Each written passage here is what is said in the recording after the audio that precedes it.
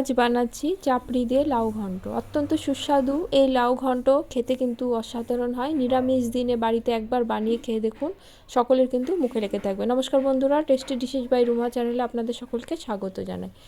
এই চাপড়ি দিয়ে লাউ ঘন্ট বানানোর জন্য আমি নিয়েছি লাউগুলোকে আমি গ্রেট করে নেব। ডালের বড়া করার জন্য আমি নিয়েছি ছোলার ডাল 3 থেকে 4 ঘন্টা ভিজিয়ে রেখেছিলাম। ভালো করে ধুয়ে জল ঝরিয়ে নিয়ে আমি দুটো কাঁচা লঙ্কা দিয়ে একটা স্মুথ পেস্ট করে নেব। এবার একটা বাটিতে ডালটা পার করে এর মধ্যে দিয়ে দিব স্বাদ অনুসারে নুন এবং হলুদ দিয়ে ভালো করে ফেটাতে হবে। ফেটাতে যখন ডালের কালারটা একটু চেঞ্জ হয়ে আসবে এবং বেশ ফেপে যাবে, তখন ডালগুলো রেখে আমি কড়াটা বসিয়ে দিলাম। কড়াতে এবার আমি বড়াগুলো দিয়ে দিব। চাপড়ির বড়াগুলো একটু বড় দেব।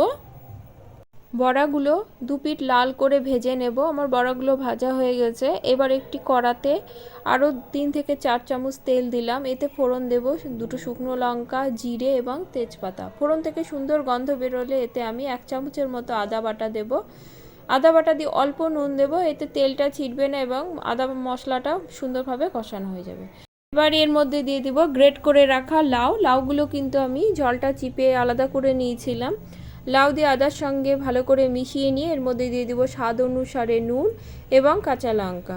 নুন দেওয়াতে কিন্তু লাউ থেকে জল ছাড়তে শুরু করবে। জলেই কিন্তু লাউটা সুন্দরভাবে সেদ্ধ হয়ে যাবে। মিনিট 5 রান্না করার পরে দেখুন লাউটা কিন্তু আমার অনেকটাই মজে এসেছে। এবার এর মধ্যে আমি দিয়ে দিলাম 1/2 চামচের মতো গরম মশলা, স্বাদ অনুসারে চিনি এবং 1 কাপের মতো দুধ। এটা লিকুইড দুধও ব্যবহার করতে পারেন অথবা 2 চামচ গুঁড়ো দুধও জলে গুলে দিতে পারেন। ভালো করে মিশিয়ে নেব। এই দুধেই কিন্তু লাউটা পুরোপুরি সেদ্ধ হয়ে যাবে। এবার আমি এর মধ্যে দিয়ে দিলাম ভেজে রাখা বড়াগুলো দিয়ে ভালো করে মিশিয়ে নেব। মিশিয়ে নিয়ে গ্যাসের ফ্লেমটা কিন্তু মিডিয়াম থেকে লোতে করে দিয়ে আমি ঢাকা দিয়ে আরও 5 থেকে 7 মিনিট রান্না করে নেব। 5 থেকে 7 মিনিট পরে ঢাকা খুলে দেখে নেব লাউগুলো কিন্তু পুরোপুরি সেদ্ধ হয়ে গেছে। এবার জলগুলো শুকিয়ে নেব। গ্যাসের ফ্লেমটা মিডিয়াম থেকে লোতে করে দিয়ে আরও 5 থেকে 7 মিনিট আমি রান্না করে নেব। 5 থেকে 7 মিনিট পরে দেখুন লাউটা কিন্তু আমার বেশ শুকনো হয়ে এসেছে। এবার আমি এর মধ্যে দিয়ে দিব 1 চামচের মতো ঘি দিয়ে ভালো করে মিশিয়ে নেব।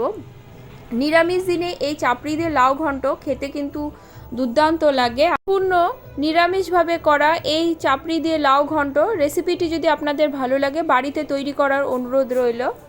লাউটা কিন্তু হয়ে গেছে, গ্যাসের ফ্লেমটা অফ করে দিলাম। এবার পরিবেশনের পালা। ভিডিওটি ভালো লাগলে লাইক কমেন্ট করবেন এবং সাবস্ক্রাইব করে পাশে থাকবেন। দেখা হবে পরের কোনো রেসিপি নিয়ে। সকলে খুব ভালো থাকবেন। ধন্যবাদ সকলকে।